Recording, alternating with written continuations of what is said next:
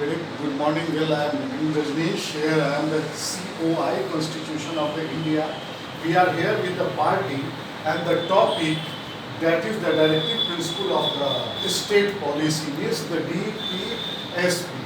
Here, from the last two previous classes, you have been taught by me that DPSP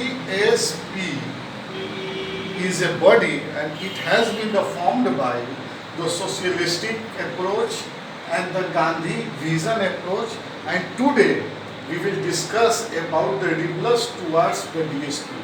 What is the role of the liberals for forming, for making, for constructing, for crafting the DPSP? Here, before going into this topic, we must understand what the liberal is. Basically, the liberalism is that type of the political and the social doctrine that has a very strong, very firm belief in the equality and freedom and the ideas which is suited not for the singular, this is suited for the plural one. This is a very latest and very comfortable concept and very important political doctrine. This liberalism is also taking care for the gender equality. This is also taking care of the gender equality. This is also taking care of all the civil rights, the human rights, racial equality, internationalism, secularism, and the capitalism. This is basically a very important. Here we will discuss in our Constitution of the India what the DPSP has provisioned towards the liberal. Here I am discussing each one by one. Please listen. The Article 44, the Uniform Civil Code, means Article 44 is the only taking care for the Uniform Civil Code. Here, the government and the Constitution of the India has a great belief that there must be a uniform civil code, no region, no religion, no race, no political identity, no favoritism, no nepotism is the bigger than the uniform civil code. The country is working severely and seriously on it.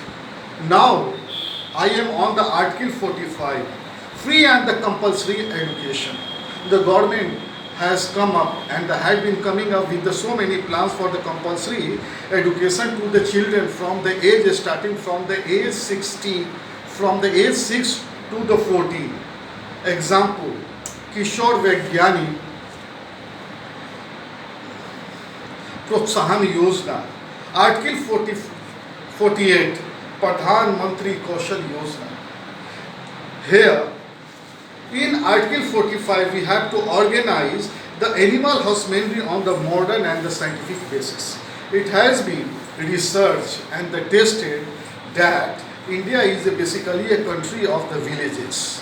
And in our villages, traditionally the animal husbandry is being operated since long past, because the farmer and the people has the direct access on a poultry, piggery, cow milk, egg, fibers, meat.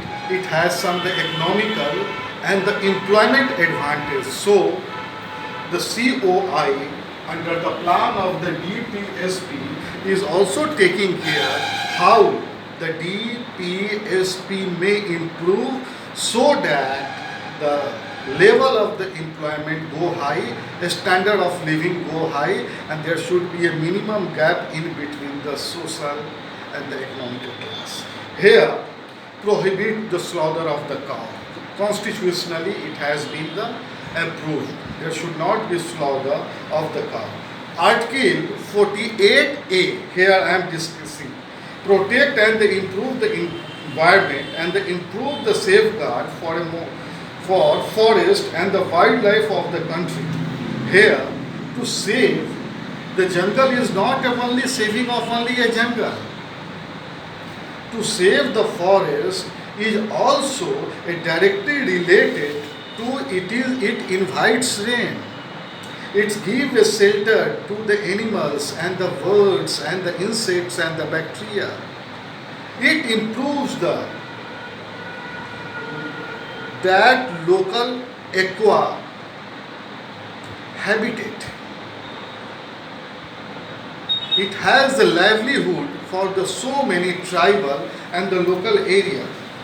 So the government of India is taking very much care and they are very serious about the deforestation and taking the advantage and also promoting the afforestation. Water Pollution Act. Here, because this is the serious matter, the Water Pollution Act is also a very important act that ensures that the human must be drink the good water so that the health can be improved. Article 49 protect monuments, places and objects of the national importance because India is a country of the very past heritage. Here there are so many historical moments, monuments, these objects, this area must be protected. Article 50, the separation of the judiciary from the executive. There should be a very different and far off faculty of the judiciary from executive.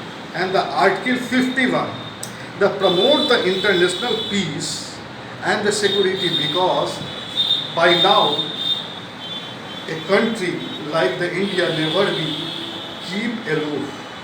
When you are on the earth, you have to interact with so many international companies. So you have to adopt the international peace and the security, maintaining good relation with the different states.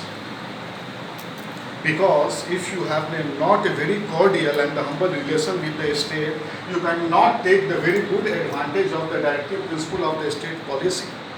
And respect the international treaties like the UNDP, United Nations Development Program, World Health Organization, International Monetary Fund, and the settle dispute by arbitration like the WTO, World Trade Organization, United Nations. So these are a very important here because this advantage the COI has given. Here we are studying with the part D. Here the topic is again the directive principle of the state policy, and we have already discussed about its importance and the implementation means the various articles provision.